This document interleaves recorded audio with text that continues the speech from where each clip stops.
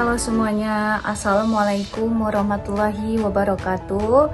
Perkenalkan, kami dari kelompok pekerja sosial akan membahas dengan judul pekerja sosial.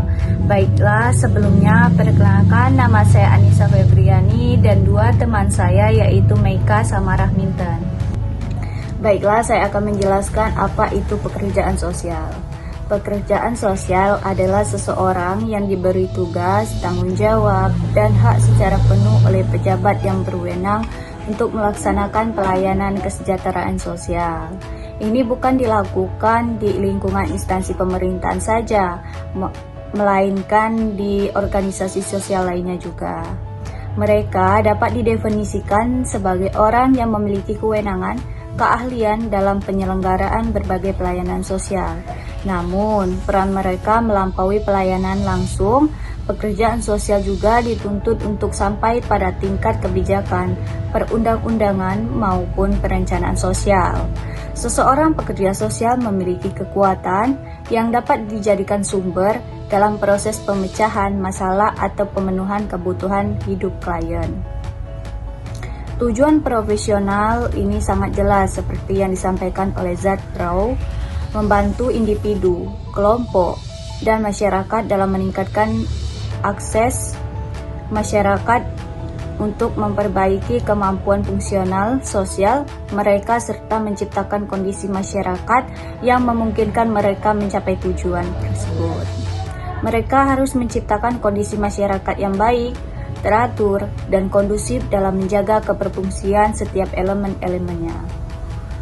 Nah, yang selanjutnya yaitu 5 peran kunci dan fungsi pekerjaan sosial.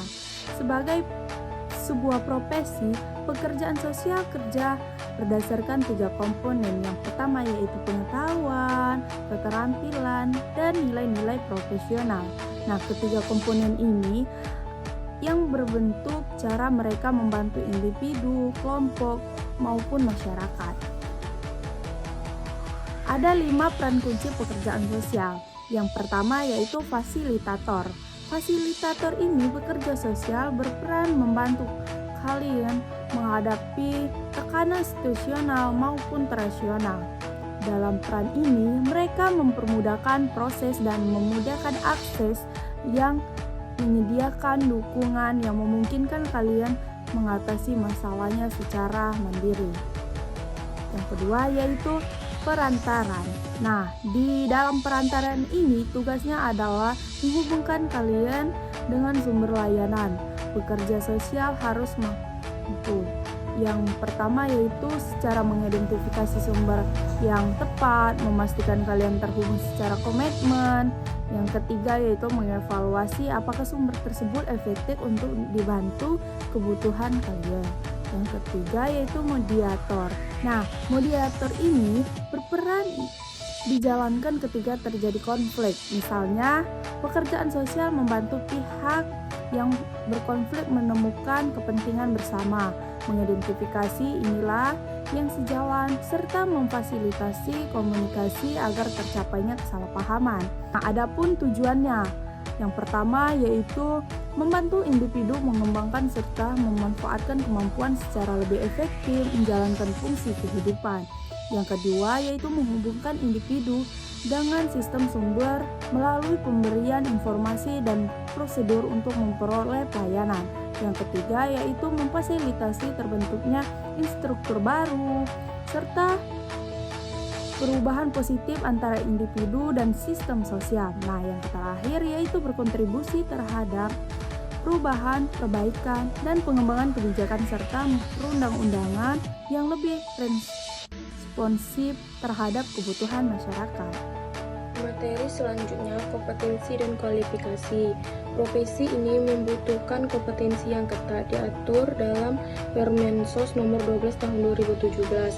Standar kompetensi pekerja sosial didasarkan pada 3 pilar. Yang pertama itu pengetahuan, dibangun dari konsep ilmu perilaku dan ilmu sosial, serta dikembangkan melalui penelitian dan praktik. Yang selanjutnya keterampilan, keterampilan yang harus dimiliki dalam praktik pekerja sosial yang didasarkan pada pengetahuan, nilai dasar, prinsip umum, dan kode etik.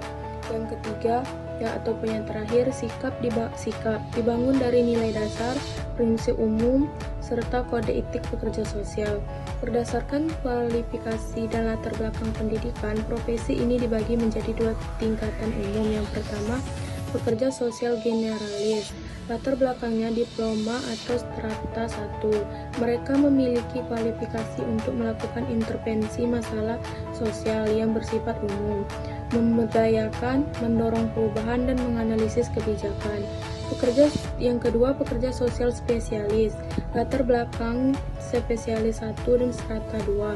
Mereka memiliki kualifikasi keahlian khusus dalam memecahkan masalah sosial yang bersifat spesifik dan mampu mengembangkan pengetahuan, teknik, serta metode yang inovatif.